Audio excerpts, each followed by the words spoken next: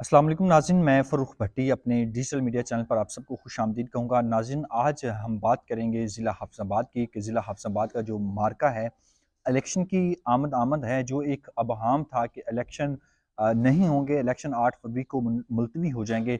एक बकौल राजा रियाज़ जो साबिक़ अपोज़िशन लीडर असेंबली थे, कौमी असेंबली के, उनका कहना था काशफ वासी के प्रोग्राम में कि एक बड़ों का फ़ैसला है कि इलेक्शन जो है वो जनवरी के आखिरी हफ़्ते में होंगे। उसके बाद बड़ों का फ़ैसला तब्दील हुआ, सुप्रीम कोर्ट का एक ऑर्डर आया, एक जजमेंट आई कि फरवरी में इलेक्शन होंगे 8 फरवरी को। तो सुप्रीम कोर्ट के फ़ैसले के बाद भी आप जानते हैं कि पहले भी एक सुप्रीम कोर्ट का फ़ैसला था जब केपीके और पंजाब असेंबली डिसॉल्व हुई थी। उस वक़्त भी एक सुप्रीम कोर्ट का फ़ैसला था कि आपने इलेक्शन करवाना है, लेकिन 90 दिन में जो आइन के तहत इलेक्शन करवाना था वो नहीं हुए। आइन को जिस तरह इन 2 सालों में पामाल किया गया, रद्दी की टोकरी में फेंका गया, वो सब आपके सामने है। लेकिन अब जो इलेक्शन के हवाले से एक अबहाम था वो दूर हो चुका है। जो बैलेट पेपर हैं वो छप चुके हैं। इस बार 26 करोड़ जो बैलेट पेपर्स हैं वो इलेक्शन कमीशन तर्जुमान जो इलेक्शन कमीशन उनका कहना था छापे गए हैं। तो अब जो है वो इलेक्शन होने जा रहा है। 8 फरवरी को इंशाल्लाह इलेक्शन है और जीत का सेहरा जो है वो किसके सर सजता है। जो फेडरल में, सूबाई असम्बलियों में एक दोनों जानब जो है एक मखलूत हुकूमत बनने जा रही है। लेकिन हम बात करेंगे ज़िला हफ्साबाद की। ज़िला हफ्साबाद एक बड़ी अहम नशिस्त समझी जाती थी।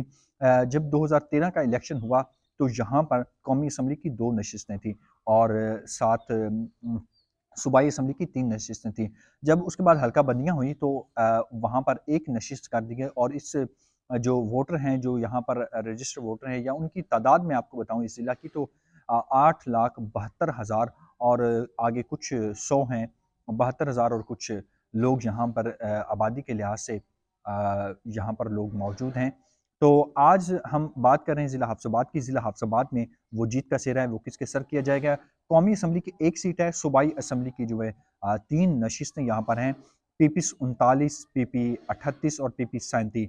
यहाँ पर जो आपको ज़रा मैं ऊपर की जानिब ले जाऊँ, जो ज़िला हफ्साबाद का सिरा है, तो वहाँ पर मोहतरमा सायरा अफ़ज़ल तारड़ जो हैं, वो वहाँ पर इलेक्शन कॉन्टेस्ट कर रही हैं नून लीग की टिकट पर और उनके नीचे जो एमपी हैं शेख गुलज़ार अहमद हैं। उनके मद्देमुकाबिल वहाँ पर लोग जो हैं मियाँ शहद अब्बास भट्टी जो पहले एमएनए के कैंडिडेट थे और मियाँ मामून जाफ़र इस्तेहकाम पाकिस्तान पार्टी को प्यारे हो गए थे। 9 मई वाक़यात और तहरीक इंसाफ के जो मामलात बिखरे थे उसमें और नीचे हम तहसील जो पिंडी भटियाँ की है, जलालपुर से हम आगे आते हैं, तो यहाँ पर जो बड़ा सख्त मुकाबला है, तीनों जो सूबाई असेंबली की नशिस्तें हैं और सबसे मैं कहूँ कि ये एक अहम मुकाबला है सूबाई असेंबलियों में, तो ये एक बड़ा मुकाबला है। यहाँ पर राय ज़मीर उल हक खरल साहब जो हैं, वो भट्टी ख़ानदान से सीट छीनने में इस बार कामयाब होते हैं कि नहीं? यहाँ पर जो है तहसील पिंडी भटियाँ में एक भट्टी ख़ानदान है, जो मियाँ अंसर अब्बास भट्टी के साहबजाद मियाँ एहसन अंसर वो तहरीक इंसाफ की जानिब से जो है वो 2018 में भारी अक्सरियत से जीते थे। उनके मद्देमुकाबल शुएब शफ़ीक राई थे नून लीग की जानिब से वो जनाब आलिया 27,000 वोट हासिल कर सके और वो 20,000 वोटों की शिकस्त से यहाँ से हारे थे और उनके जो मद्देमुकाबल यहाँ पे राय ज़मीर उल हक खरल साहब थे।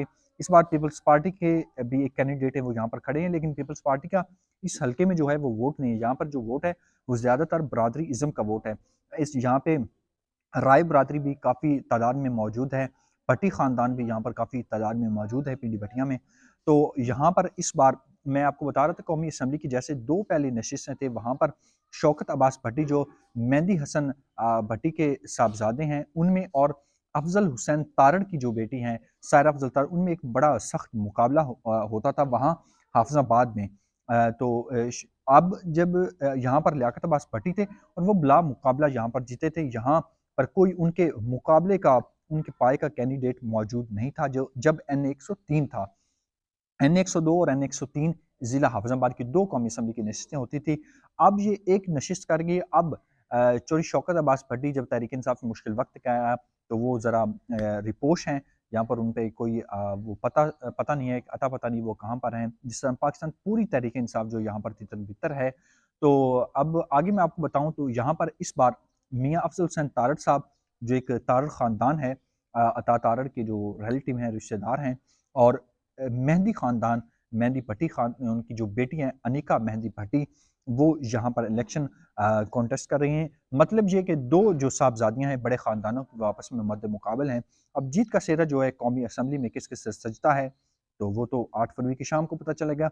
अब सूबाई असम्बली की मैं बात करूँ तो मियाँ मामून जाफ़र तारड़ जो है, वो अपने हलके में काफ़ी जो है उनका रोब दबदबा है, वो इलेक्शन हर बार जीतते हैं। असदुल्ला अराई साहब भी मैदान में हैं और उसके अलावा शेख गुलज़ार अहमद की पोज़ीशन भी है, वो जो भी नून लीग के साहिर अफ़ज़ल तारड़ के नीचे एमपी खड़े हैं। उनके भी चांसेस हैं जीतने के, लेकिन ये जो इलेक्शन है बड़ा मुतनाज़ है, इसमें कुछ भी नहीं कहा जा सकता कि कौन जीता है, कौन हारेगा। ये तो रिज़ल्ट ही बताएँगे, 8 फरवरी की शाम हमें बताएगी कौन जीता है, कौन हारा है, जीत का सिरा किसके सर रहा। तो यहाँ पर जो भट्टी ख़ानदान है वो बहुत काफ़ी परेशान है राय ज़मीरुल हक खरल के मैदान में आने में, और जो अराई बरादरी है उसने भी लियाकत अब्बास भट्टी का साथ देने का जो है अंदिया दिया, और बल्कि वो खुलकर उनके साथ खड़े हैं। और पीर सैयद शुएब शाह नवाज़ जो एमपीए के कैंडिडेट होते थे यहाँ पर तहसील पिंडिया भटिया में पीपी 39 के, उन्होंने भी लियाकत अब्बास भट्टी का जो है साथ देने का वादा किया हुआ है, और वो कैंपेन भी कर रहे हैं लियाकत अब्बास भट्टी की। तो अब देखते हैं कि लियाकत अब्बास भट्टी यहाँ पर जीते हैं या दूसरे अंसर अब्बास मियाँ इंतसार अब्बास के साहबजादे जो हैं वो जीते हैं। अंसर अब्बास भट्टी और इंतसार हुसैन भट्टी दोनों सगे भाई हैं, और उनके जो बेटे हैं वो एक बार एक भाई का बेटा जो इलेक्शन में हिस्सा लेता है और दूसरी बार वो दूसरे भाई जो वो इलेक्शन में हिस्सा लेते हैं। तो इस बार मियाँ इंतसार अब्बास भट्टी के साहबजादे मियाँ ओन इंतसार भट्टी मैदान में हैं, उनके मुकाबले में राय ज़मीरुल हक खरल साहब मौजूद हैं, लियाकत अब्बास भट्टी मौजूद हैं। राय ज़मीरुल हक जो है वो दूसरी बार इलेक्शन लड़ने जा रहे हैं। इस बार उनकी लोगों का कहना है, यहाँ पर हल्के में हमारे लोगों से बात, उनका कहना है उनकी विनिंग पोजीशन है, लेकिन ये 8 फरवरी को पता चलेगा कि जीत का सेहरा जो है किसके सर सजता है। फिल वक्त के लिए हमें इजाज़त दीजिए। अल्लाह निगहबान, पाकिस्तान जिंदाबाद।